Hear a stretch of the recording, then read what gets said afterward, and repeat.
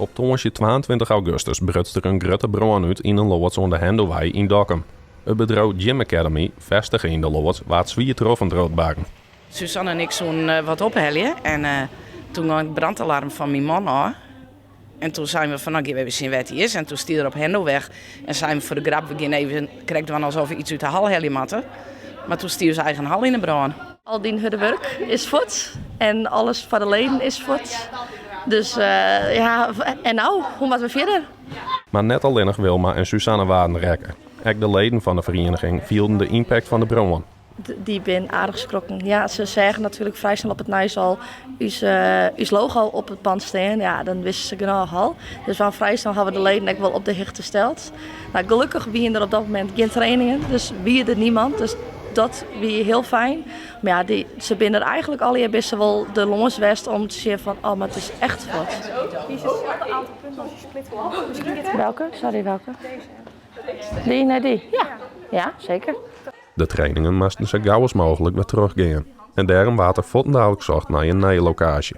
Gelukkig hebben we die voen. We konden bij Optisport terugten. Maar dat kon tot oktober, want nu zitten wintersporten erin.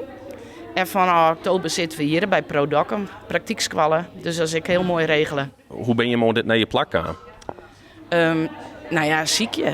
Alle dagen bel je gemeente hier geen plak. Alle sportzalen zitten vol. Bedaat weer nog wel een mooie zaal. Maar die weer vierste duur voor u, omdat ik betel bewijzen. En nou ja, toen ben we hier terug te komen. En we trainen ze nou en dan, ik in Heerenveen. Voor het springen, want wij hebben net alle tasstellen. En we hadden een aantal tasstellen we in een karre staan. Want ja, hier is ik net alles. En in de gymzaal en sporthal ben die specifieke materialen ik net. Dus die nemen we mee als we ergens in beginnen te trainen. Dan leunt ze al heel erg op die achtervoet en een gost al naar achter. Dus al iets meer leunen, want ik is mijn knibbel sturen. Maar een paar matjes kunnen we eerst de basis kunnen we doen. Maar dan moeten we een half weer matjes inzetten. En dan langzaam moeten we echt weer al onze materialen die we die voetbaan binnen moeten we bij elkaar schrapen. En alle lietse dingetjes, ik was dan things van, oh ja, dat leidt er echt de pjeltjes, wij zijn nou de handstanden op trainen die ben voort. Onze krachtpapieren, wij ze al hun schema's van doen. Ja, dat leidt er echt al weer. Dus dat moeten we al je weer vaak van krijgen.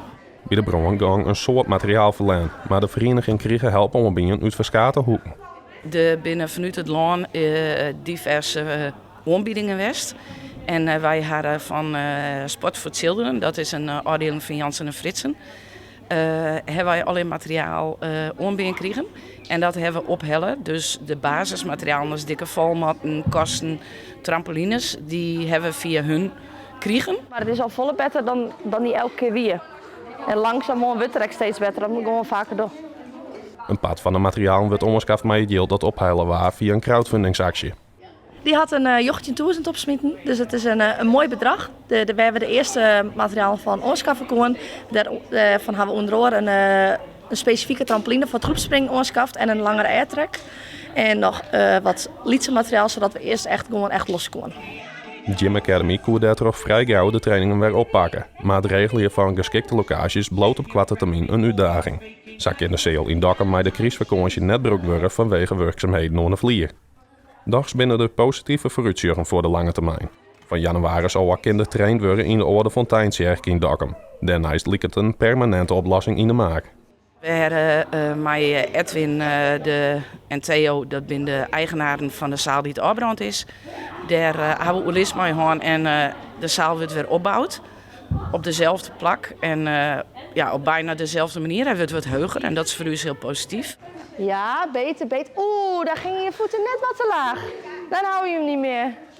Door alle positieve ontjouwingen sjoggen Wilma en Suzanne dan ook rooskleurig naar de toekomst. Maar de leden die al jaar achter u staan, de ouders die al jaar helpen en ook onbekende mensen die dan of weer doneren of dat ze zeggen van hé, we gaan nog een dikke mat lezen, ik er nog wat mee, die pjeltjes voor uw meidje. Dus uiteindelijk wordt het mooi.